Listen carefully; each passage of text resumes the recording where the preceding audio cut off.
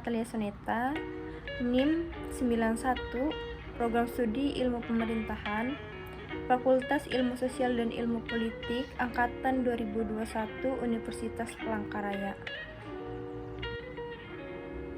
Tujuan pembuatan video ini untuk pemenuhan tugas UTS mata kuliah Tata Kelola Pemerintahan yang diampu oleh Pak Bismar Haris Satriawan, SIP, MIP.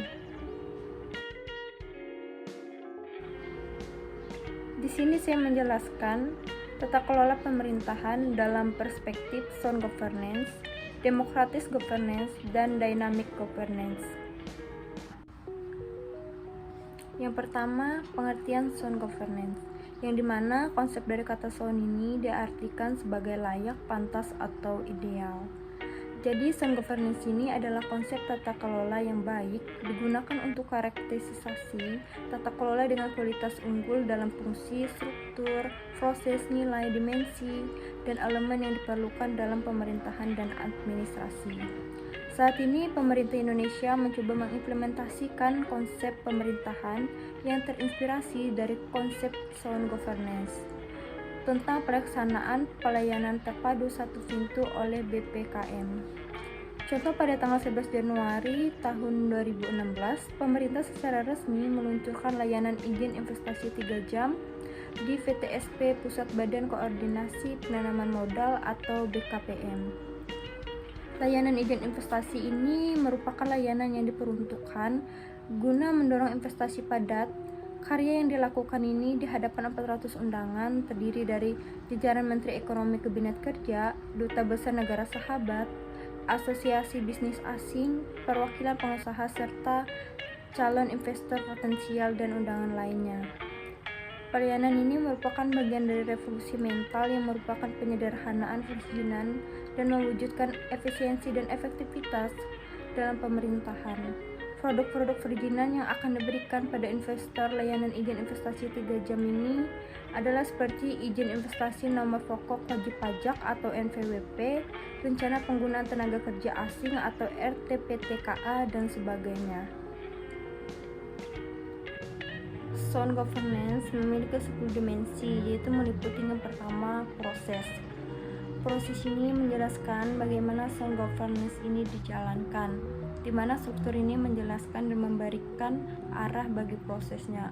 Contoh penerapan pada dimensi ini yaitu seperti pejabat yang dipilih dan diangkat, organisasi dan pemerintah, badan rakyat, media, atau masyarakat sipil.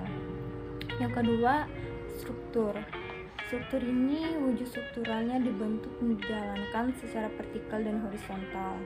Struktur ini juga banyak dipengaruhi oleh beberapa faktor, yaitu seperti kekuatan internal, eksternal, lokal, maupun internasional. Contoh penerapan pada dimensi ini yaitu seperti sebuah badan elemen konstitutif, aktor, ataupun prosedur yang memberikan saksi pada proses governance. Yang ketiga, kognisi dan nilai, yaitu dimensi kognitif yang merepresentasikan sistem nilai dalam struktur dan proses governance. Contoh penerapan pada dimensi ini yaitu seperti sistem governance yang tidak sehat, organisasi yang lamban, dan hanya cuma bisa mengandalkan kekuatan eksternal dalam melegitimasi kekuasaannya. Yang keempat, konstitusi.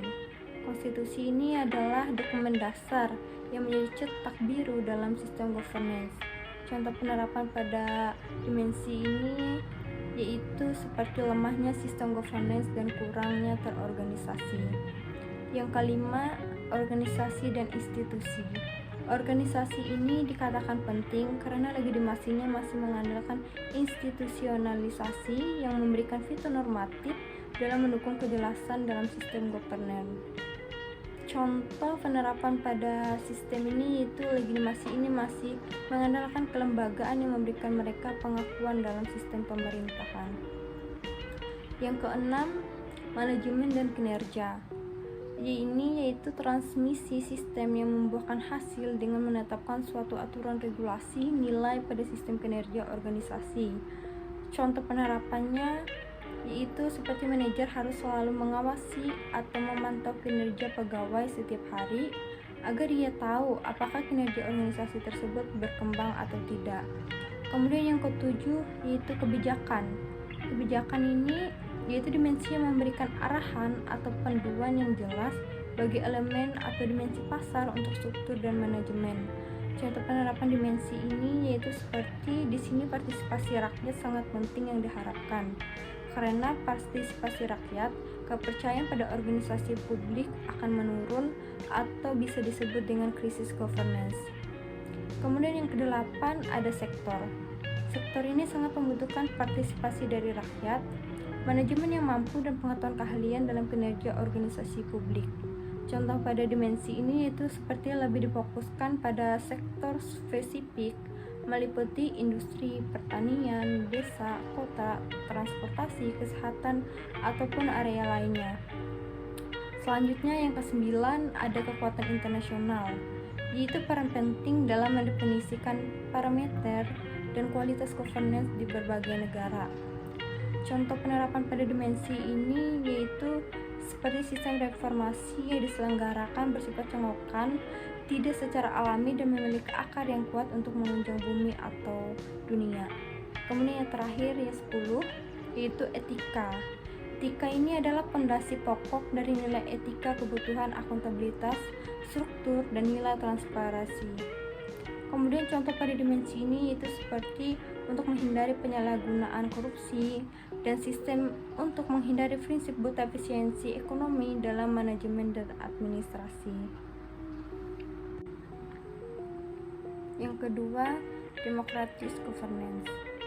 Democratic governance ini merupakan tata kelola pemerintahan yang baik secara demokratis yang menerapkan norma demokrasi yang sekaligus menerapkan prinsip dasar dari good governance. Makna demokratis ini adalah demokrasi yang berkualitas yang dapat dilihat dari kualitas hasil yang dirasakan manfaatnya secara langsung oleh masyarakat. Kemudian di dalamnya ada isi, kualitas isi ini diarahkan bagi kepentingan masyarakat. Nah, selanjutnya di dalamnya ada prosedur. Kualitas prosedural ini yang proses perumusannya melibatkan partisipasi masyarakat.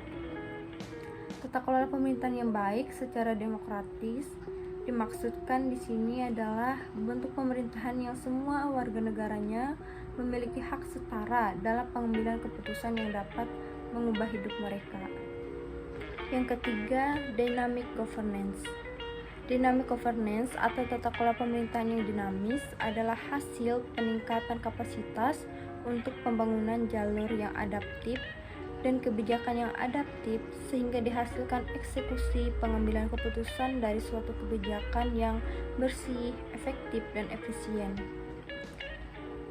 Adapun menurut Neo dan Zen menjelaskan tata kelola yang dinamis adalah kunci sukses di dunia yang mengalami percepatan globalisasi dan kemajuan teknologi yang tak henti-hentinya.